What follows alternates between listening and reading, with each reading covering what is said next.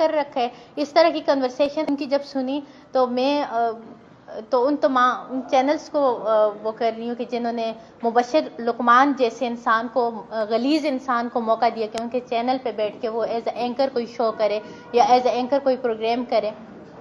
پھر اس کے بعد مبشر لقمان نے میرے اوپر ایسے ایسے ایلیگیشن لگائے جس میں سے کسی کا کوئی ثبوت وثوق نہیں دیا. میں اگر کسی پہ بات کرتی ہوں تو ایٹ لیسٹ میں پروف تو پیش کرتی ہوں نا، میں بغیر ثبوت کے بات تو نہیں کرتی. میں بغیر اس کے مبشر لقمان کو مسئلہ مجھ سے اس لیے ہوا تھا کہ پہلے انہوں نے جہاز میں ہمیں بھیجا اور پھر جب ہم نے وہاں پہ ویڈیو بنائی، ویڈیو وائرل ہوئی، پھر ان کے لیے مسئلے لوگوں نے جب یہ کھڑے کیے کہ ایک اینکر ہو کے ان کے پاس جہاز کہاں سے آیا، تو انہوں نے اپنے پرسنل گرجز کی وجہ سے مجھے کرٹیسائز کرنا. لیکن اللہ کا شکر کہ میں پاکستانی تمام اداروں کو رسپیکٹ کرتی ہوں، میں پاکستانی تمام اداروں کا احترام کرتے ہوئے ان کو سلوٹ پیش کرتی ہوں، ان کو سلام پیش کرتی ہوں کہ اس نے جتنے بھی ایلیگیشن لگائے تھے اس نے مجھے FIA نے اور ہر ایک نے جہاں جہاں پہ اس نے کیس کیا تھا انہوں نے اس نیت کو دیکھا، ساری چیزوں کو پرکھا، اینالائز کیا، وہ خود ہی جھوٹا ثابت ہوا اور میں ان تمام کیسز میں بری ہوئی جو انہوں نے میرے اوپر لگانے کی کوشش کی تھی یا مجھے مطلب لیٹ ڈاؤن کرنے کی کوشش کی تھی. لیکن عزت اور ذلت اللہ تبارک و تعالیٰ کے ہاتھ میں، جس کو اللہ چاہے عزت دے اور جس کو چاہے ذلیل کرے. اور میرے خیال میں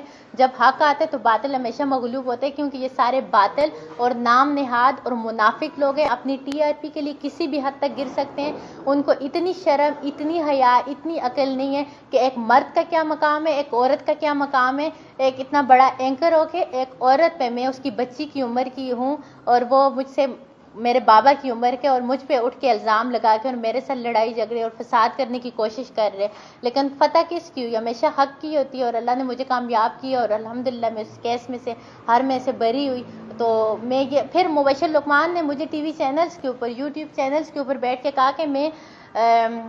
چونکہ میں دبئی کے اندر تھی اور میں ایک دبئی کی بہت بڑی کمپنی ہے جس کی میں برانڈ ایمبیسڈر تھی، تو اس مبشر لقمان نے پھر میرے اوپر وہاں پہ جو ہمارے ایونٹس وغیرہ ہوتے تھے ان میں انٹرنیشنل لیول کے سٹار آتے تھے اور زیادہ تر انڈین لوگ آتے تھے جیسے گووندا اور اس طرح کے سٹار آتے تھے، اور ان کے ساتھ ہم جب مل کے شو کرتے ہیں تو آپ کو میڈیا کے لوگ ریکارڈ کرتے ہیں اور اپنے پیج پہ ہر جگہ آپ کی پکچرز وہ ڈالتے ہیں کیونکہ آپ اس شو کا حصہ ہوتے ہو. اور اس شو کا حصہ ہونے کا یا کسی کے ساتھ آپ کا ایونٹ ہوتا ہے، چاہے وہ ایک انڈین ایکٹریس ہے یا چاہے وہ پاکستانی کوئی ہے، اگر ان دونوں کا یہ نہیں ہوتا کہ آپ ان کے ساتھ آپ کی پکچر آ گئی ہے تو آپ ایجنٹ ہو گئے ہو. اس مبشر لقمان نام نہاد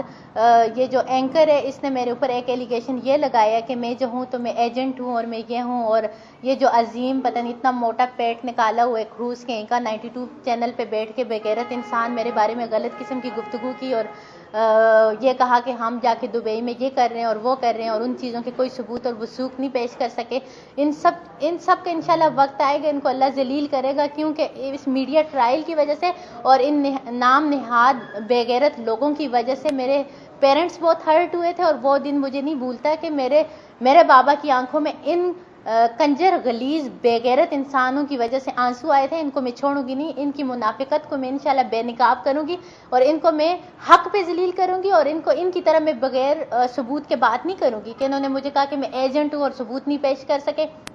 انہوں نے مجھے کہا کہ میں یہ کر لی اور ثبوت نہیں پیش کر سکے. ان کے پورے ثبوت اور وثوق کے ساتھ یہ ذلیل ہوں گے اور یہ رسوا ہوں گے، کیونکہ ان ظلم جو ہوتے ہیں اس کو اللہ تبارک و تعالیٰ کبھی معاف نہیں کرتے. اچھا عارف کیا کہیں گی، کیا مطالبہ ہے؟ ایویڈنس آپ دے چکی ہیں اور اس سے پہلے بھی بہت سارے لوگوں کی ویڈیوز اسی طرح آپ کے توسط سے آئی، مگر اب آپ کا کیا مطالبہ ہے؟ اگر مفتی قوی کا جو حالیہ واقعہ ہوا اس کو لے کے آپ کیا مطالبہ کریں؟ آپ کا آگے کا لاہ عمل کیا ہوگا؟ مطلب اب آپ نیکسٹ اسٹیپ کیا لیں گی؟ قانون کی مدد لیں گی؟ کیا آگے کا اسٹیپ؟ دیکھیں آپ کو ہراسمنٹ کیا گیا اس کے حوالے سے بالکل مجھے جو ہریس کیا گیا میں نے پوری پبلک کے سامنے اس کو اس لیے رکھا کہ تاکہ جو ہماری انوسینٹ عوام ہیں وہ اس کے جال میں نہ پھنسے اور ایسے لوگوں کو مفتی کنسیڈر نہ کریں. اور دوسرا میرا اہم مقصد یہ تھا کہ جو ہمارے پیارے وطن کے علماء دین ہیں جن کی وجہ سے ہمارے اسلام کی پہچان بھی ہیں، مفتی مطلب جن کے فتووں پہ ہم لوگ عمل پیرا ہوتے ہیں، ان لوگوں میں اور ان میں امتیاز ہو سکے کہ سچے لوگ کون ہیں، دین کی تبلیغ کرنے والے مبلغ اسلام کون ہیں اور منافق کون ہیں. دیکھیں یہ لوگ ہمارے دین کو نقصان نہیں پہنچا سکتے، نہ ان کی وجہ سے ہمارے دین کو کوئی نقصان پہنچ سکتے. ان کی وجہ سے چند لوگ ان کے پیچھے چل کے گمراہ تو ضرور ہو سکتے ہیں، لیکن اللہ تبارک و تعالیٰ ہمارے اسلام کا محافظ ہے. اللہ تبارک و تعالیٰ نے کہا ہے کہ اس قرآن کا نزول میں نے کیا اور میں اس کا محافظ ہوں. یہ ان یہود و نصارہ کی طرح نہیں ہو سکتے جو اپنی ڈیزائر کے لیے، اپنی خواہشات کے لیے چیزوں کو مطلب جو ان کو تسکین پہنچاتا تھا تو اسی طرح وہ چل پڑتے تھے اور لوگوں کو کہتے تھے کہ یہ ہماری کتاب کے اندر ہے، بلکہ یہ وہ ہتھ کنڈے اختیار نہیں کر سکتے، کیونکہ ہماری جو کتاب اللہ ہے قرآن پاک، اس کا محافظ ہمارا رب ہے، اور ایسا وہ کچھ نہیں کر سکتے۔ میں نے لوگوں کے سامنے بے نقاب کرنا تھا اور میں نے ان کو کر دیا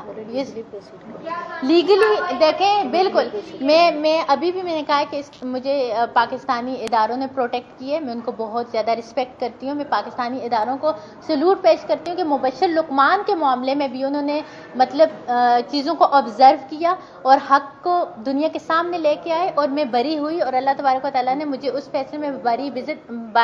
کیا کہتے ہیں باعزت بری کیا، اس لیے کیونکہ میں حق پہ تھی، میں سچائی پہ تھی، اور یہ ہمارے ادارے کسی کی رشوت کے محتاج نہیں ہے۔ ہمارے پاکستانی ادارے اس چیز کو نہیں دیکھتے کہ کون ایلیٹ کلاس کا ہے، کون لو کلاس کا ہے، کون مڈل کلاس کے، تو اسی لیے میں پاکستانی اداروں کو سلوٹ پیش کرتی ہوں، اور میں انہی پاکستانی اداروں سے اپنا تحفظ مانگتی ہوں، اور انشاءاللہ وہ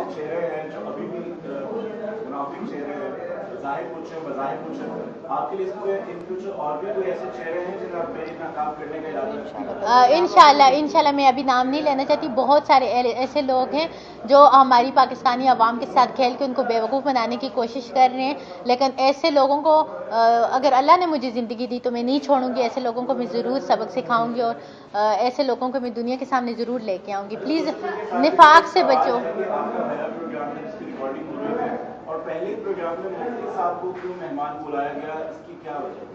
مفتی صاحب سے وہ ساری چیزیں میں کلیئر کرنا چاہتی تھی جو اس نے مجھ پہ اتنی جھوٹی جھوٹی باتیں کی، وہ سب کچھ میں کلیئر کرنا چاہتی تھی، کیونکہ انہوں نے ہمارے دیکھیں، آپ جب کسی کو کے اوپر جھوٹ بولتے ہو، بہتان لگاتے ہو، الزام تراشی کرتے ہو، تو آپ کا حق ہے کہ آپ اس کو فیس کرو، اور مجھے غیبت کرنا، مجھے چمگوئیاں کرنا، مجھے کسی کے پیٹھ پیچھے وار کرنا نہیں آتا۔ مجھے اگر کسی سے مسئلہ ہوتا ہے تو میں اس کو آپ کے سامنے لا کے بٹھانے کی ہمت، سکت اور جستجو رکھتی ہوں۔ مجھے اتنی اللہ نے ہمت دی ہوئی ہے، اور اس کو لانے کا، اس کو بلانے کا مقصد یہ تھا کہ شاید وہ اپنی اوقات میں رہ کے باز آ جائے، لیکن وہی کہتے ہیں کہ جو بے اوقاتے ہوتے ہیں، یا جن کو اپنی عزت نفس کی کوئی پرواہ نہیں ہوتی، اور جن کو مطلب صرف جاہل لوگ ہوتے ہیں، وہ ہر جگہ جاہلانہ حرکتیں کرتے ہیں۔ مفتی صاحب کی طرف سے کہا جا رہا ہے کہ آپ پر وہ لیگل ایکشن لیں گے آپ کے بعد، تو آپ کیا ان سے پہلے کوئی لیگل ایکشن اس طرح لے رہی ہیں، کیونکہ آپ کے پاس سارے ایویڈنس ہیں، اگر تو آپ کوئی بالکل مفتی صاحب بھی اس پاکستان کے باشندے ہیں، ان کو پورا حق ہے، وہ جائیں لیگل وے سے اس کو پروسیڈ کریں، ان کے پاس جتنے بھی حقائق ہیں جا کے پیش کریں، اور کیا کہتے ہیں ان کا بھی حق ہے اداروں میں جانا، جائیں، وہ میں خود ان سے ریکویسٹ کرتی ہوں جائیں، جا کے بتائیں کہ میں نے یہ حرکتیں کی ہیں۔ ہم نے تو جو کچھ ہمارے پاس، دیکھیں ہم بغیر ثبوت کے بات کریں گے ہی نہیں، ہم کسی کے اوپر بہتان نہیں لگائیں گے، ہم کسی کے اوپر الزام نہیں لگائیں گے، ہم وہ بات ہی نہیں کریں گے کہ جس کا ہم ایویڈنس نہ پیش کر سکیں۔ ہم کسی پہ کیوں، مجھے اس سے پرسنلی گرج اپنی جگہ کہ چلو ایک پرسنلی گرج ہوتے ہیں، مجھ پہ ایلیگیشن لگائے، میں بھی ایک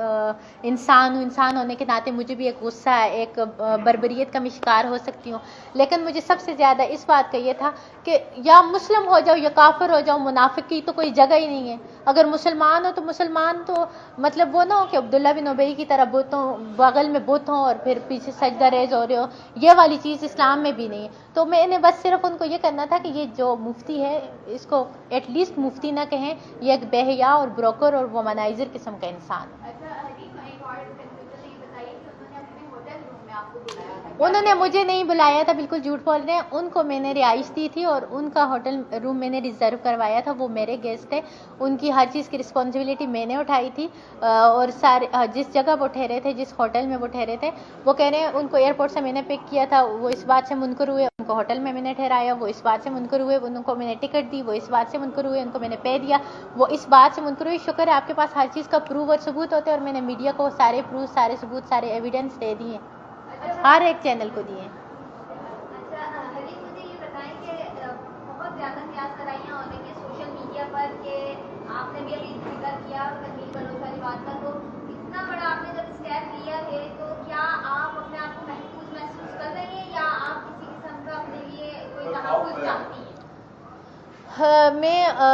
ان لوگوں سے مجھے اللہ تعالیٰ ان کی شر سے بچائے، شیاطین کے شر سے بچائے، ایسے ابلیس لوگوں کے شر سے بچائے، اور مجھے ان لوگوں سے ایسا کوئی خطرہ نہیں ہے۔ میرا ایک اپنا ہی ڈوگما ہے، میرا اپنا ایک عقیدہ ہے کہ زندگی موت کا اختیار رب کے پاس ہے۔ ایسے لوگوں کو آپ بے نقاب کر کے